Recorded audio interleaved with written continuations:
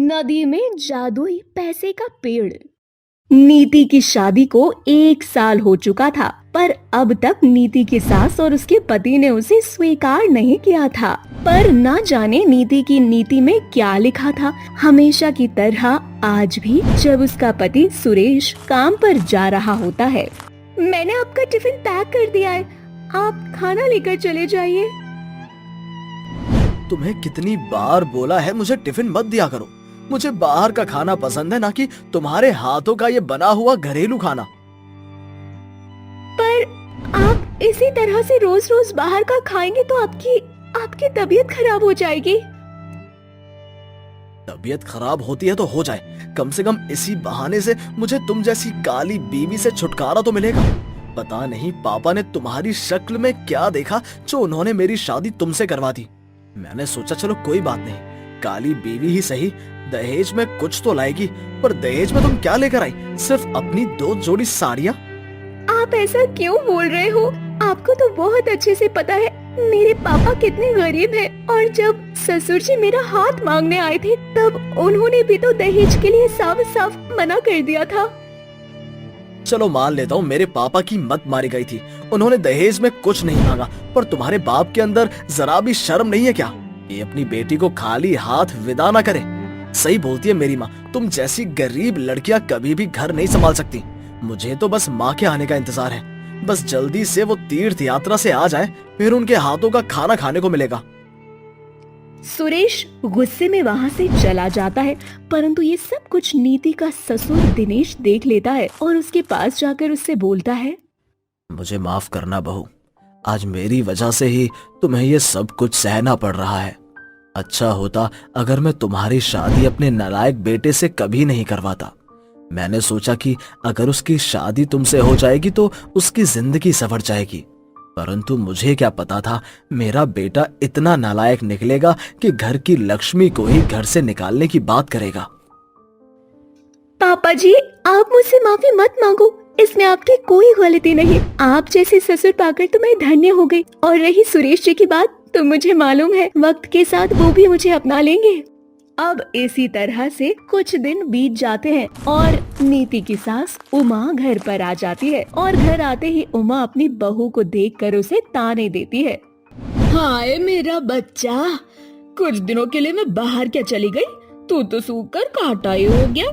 जब से इस कलमुही के गंदे कदम हमारे स्वर्ग जैसे घर पर पड़े, तब से तो हमारे घर की रौनक और खुशियाँ चली गई। पता नहीं इस काली कलमुही से कब पीछा छूटेगा।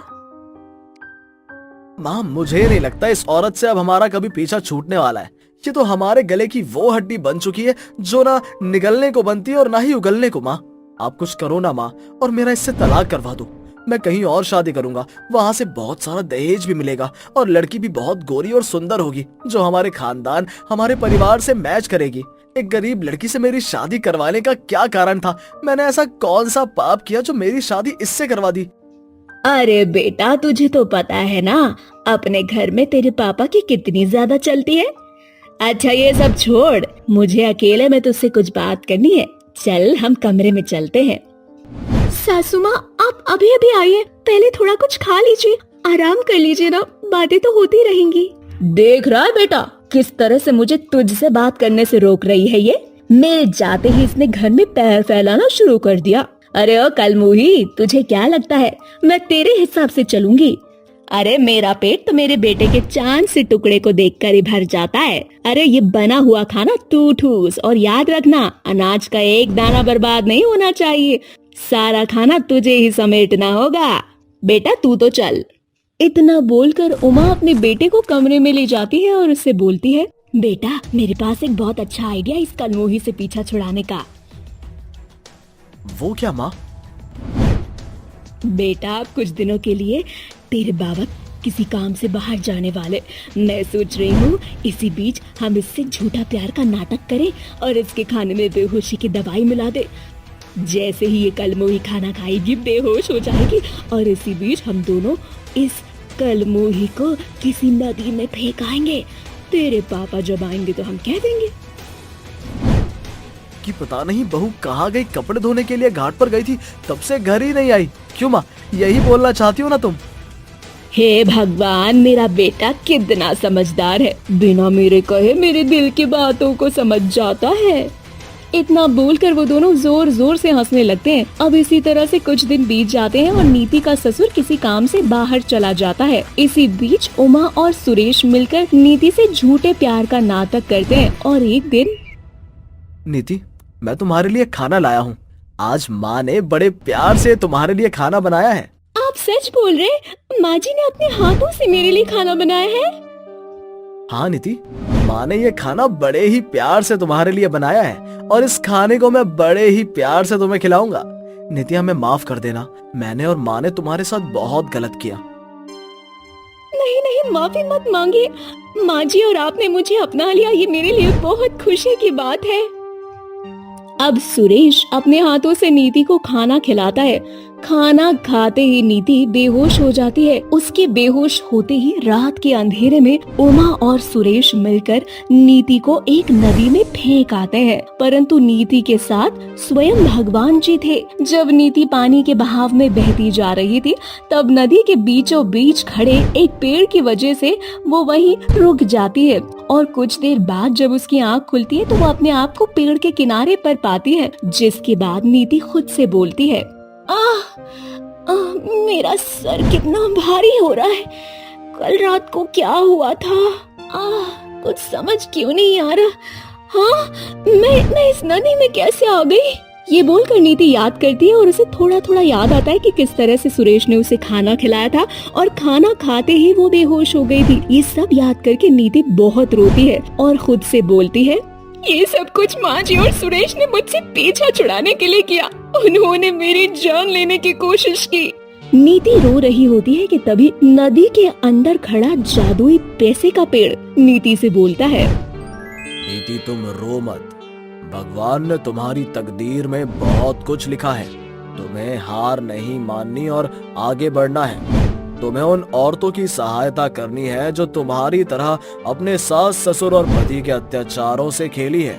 मैं एक जादुई पैसे का पेड़ हूँ। तुम्हें पैसों की कभी कमी नहीं होगी, इसलिए तुम मेरे सारे पैसे ले लो और गांव के बाहर एक खाली जमीन पर अपना एनजीओ बनाओ, जहां तुम दूसरी औरतों की मदद करना। और अब तुम्हारी बारी आ गई है कि तुम अपने लिए जियो। तुम सही बोल रहे हो जादुई पेड़। अब मैं उस घर में कभी नहीं जाऊंगी जहाँ मेरी कदर नहीं, जिन्होंने मुझे मारने की कोशिश की। और अब मैं उन सभी औरतों के लिए भी एक मिसाल बनूंगी और उन्हें राह दिखाऊंगी जो मेरी तरह दर्द सह रही है।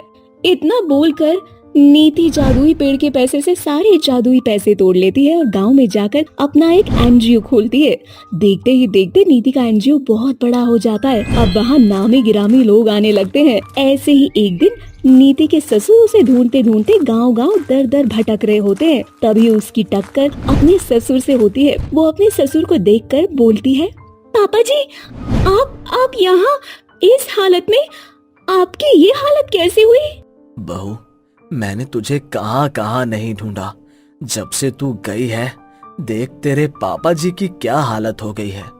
मुझे नहीं पता था मेरी बीवी और मेरे बेटे इतने गंदे हैं। तेरे जाने के बाद मेरे बेटे ने दूसरी शादी कर ली और उसकी दूसरी बहू बहुत बुरी है। उसने मुझे मारा पीटा, खाने को भी नहीं देती थी। और तेरी सास ने मुझसे झूठ बोला कि तू भाग गई है और अब कभी नहीं आएगी। पर मेरा दिल नहीं माना और जब उन लोगों ने मुझे घर से निकाला तो मैं तुझे ढूंढने लगा और देख, आज तू मिल ही गई। मेरे ईश्वर जैसे पिताजी के साथ उन्होंने ऐसी नीच हरकत की। अब मैं उन्हें नहीं छोड़ूंगी। अब मैं उन्हें सजा दिलवा कर रहूंगी। अब नीति अपने ससुर को अपने साथ अपने घर ले जाती है और अपने पति और सास को उनके किए की सजा दिलवाती है।